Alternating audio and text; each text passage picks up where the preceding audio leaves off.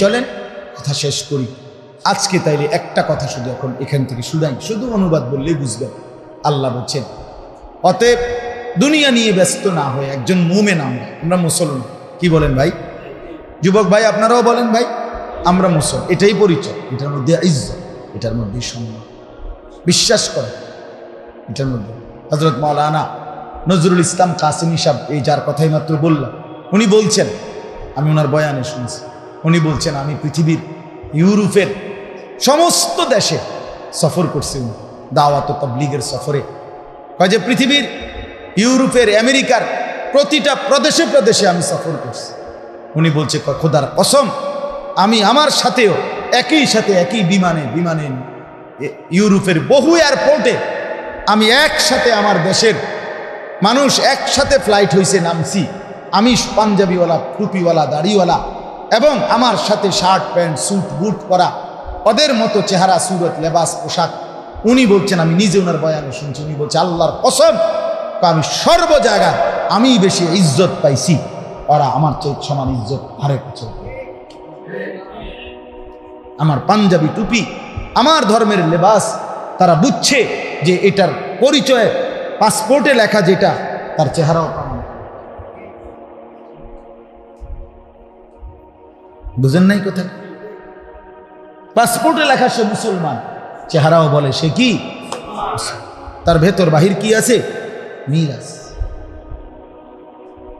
এজন্য ইজ্জত আমাদের ইসলাম, আমাদের আল্লাহ, আমাদের ধর্ম, আমাদের ঈমান। অতএব আমাদের করণীয়, এখানে 3টা আয়াত আল্লাহ বলছেন এক মুমিনের পরিচয় কি। আল্লাহ বলছে 5টা। এক, এইটা শুনাই শুধু, তাইলে কথা শেষ। ইন্নামা, ও না আরো রয়েছে টাইম, হে আবার আমার একটা টাইম বাদ দিয়ে দিছে।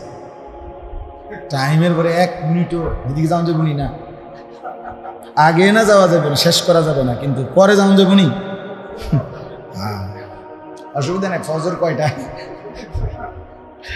আল্লাহ তৌফিক দান। আমি তো আরো এখানে আসছি আপনাদের ঘোষণায়, আরো এক মাহফিলের ডেট নিছো না? কত তারিখ? ফেব্রুয়ারির 10 তারিখ। ওই ডেট নিছে আরেকটা।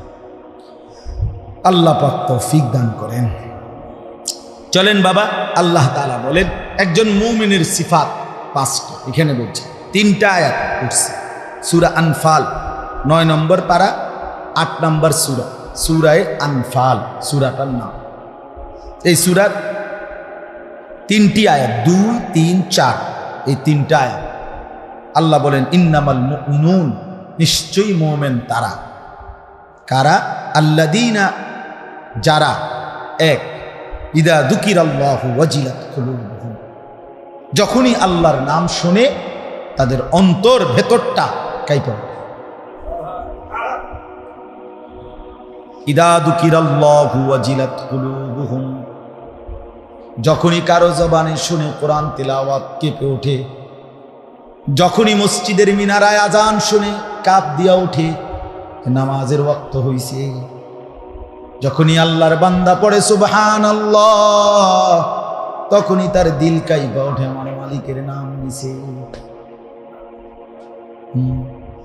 দুনিয়ার কর্মচারী নিজ কোম্পানির ছুটির মধ্যে এখন মনে করেন বউকে নিয়া এখান থেকে দেবিদ্বার যাইতেছে কিংবা চান্দিনা যাইতেছে, হঠাৎ করে সে ছুটিতে আসছে, কিন্তু সে যখন দেখে তার কোম্পানির গাড়ি এদিক দিয়া যাইতেছে, সে নিশ্চয়ই বিবিকে বলে দেখো দেখো এই যে আমাদের কোম্পানির গাড়ি, সাথে সাথে নড়ে ওঠে।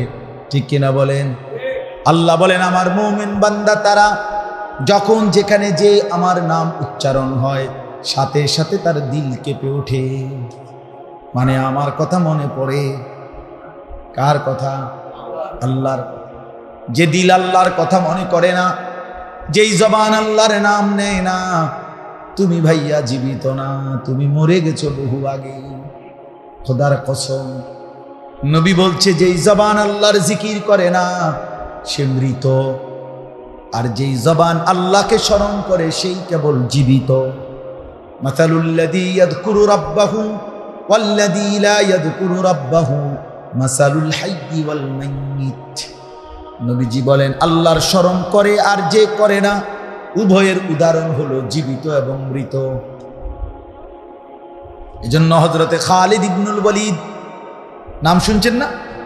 নবীর বিখ্যাত সাহাবী হযরতে ওমর রাদিয়াল্লাহু তাআলা আনহু একদিন ওনাকে জিজ্ঞেস করেছিলেন, খালিদ, ৬০,০০০ কাফেরের বিরুদ্ধে যুদ্ধ করতে তোমার সাথে কয়জন লাগবে?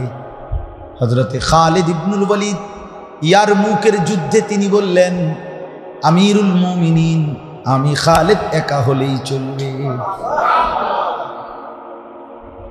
আমিরুল মুমিনিন ওমর বললেন, খালিদ অহংকার করে বললা নাকি মাত্র একজন ৬০,০০০-এর মোকাবেলা করবা? এটা তো কিছুটা অহংকার হয়ে গেল। হযরতে খালিদ বলেন, আমিরুল মুমিনিন ওমর, আল্লাহর কসম আমি অহংকার করে বলি নাই, বরং আমার বন্ধু আমার রাসূল আমার নবীর একটা হাদিসের কারণে বলেছি। আমার নবী বলেছেন যে আল্লাহকে স্মরণ করে আল্লাহর গোলামি করে সেই কেবল জীবিত, যে করে না সে মরা। কাজে আমার তো মনে হয় ৬০,০০০ বেঈমান তো মরাই, আমি তো কেবল জীবিত। অতএব মরা মানুষের লগে যুদ্ধ কিতা আবার আমি গেলেই তো সারব। হ্যাঁ, আমি গেলেই আবার আমি যুদ্ধ করবো কিতা? বাচ্চা থাকলে না যুদ্ধ করতে। সুবহানাল্লাহ। ইন্নামাল মুমিনুনা আল্লাযীনা ইযা যুকিরাল্লাহু ওয়াজিলাত কুলুবুহুম, দিল কাঁপা ওঠে কার নাম শুনলে। এজন্য ৫ ওয়াক্ত নামাজের আজান হওয়ার পরও যার দিল নড়ে না, একটা বারও যে মুখ দিয়ে বলে না হায় আমার মালিক আমারে ডাকছে, তুই কত বড় নাফরমান রে। তোর মতো নিকৃষ্ট বেঈমান, তোর মতো গাদ্দার আর কে হইতে পারে বা? হায় বেনামাজি, আহারে বেনামাজি, কেমনে এত শক্ত হবে? বিশ্বাস করে না। আমার মানে মনটা যে মাঝে মধ্যে কলজাটা খুললা চাই, তার এটা কিটা?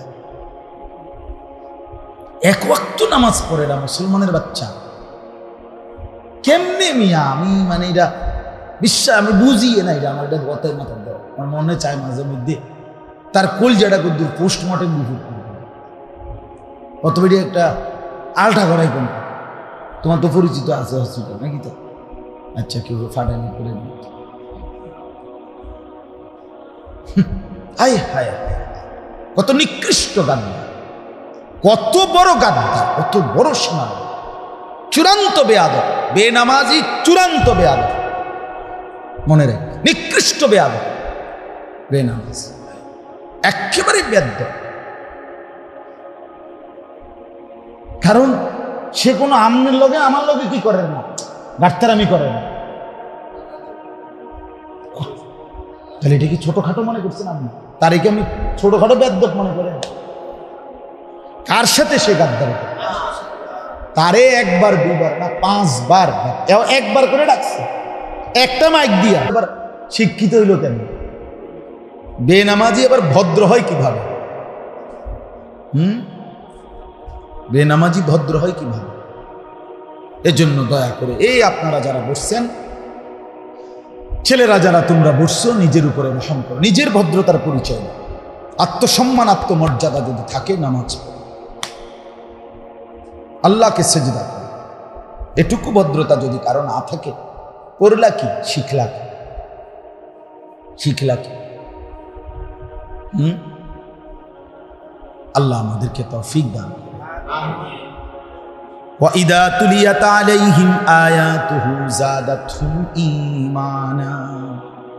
২ নাম্বার, আল্লাহ বলেন তারাই মুমিন। আমি আল্লাহর আয়াত, আমার কোরআন যখন তেলাওয়াত করে, শুনতে শুনতে, বুঝতে বুঝতে, পড়তে পড়তে, মানতে মানতে তাদের ঈমান কেবল বাড়তে থাকে। যত শুনে তত ঈমান বাড়ে, যত শুনে তত মজা লাগে, তারে বলে মুমিন।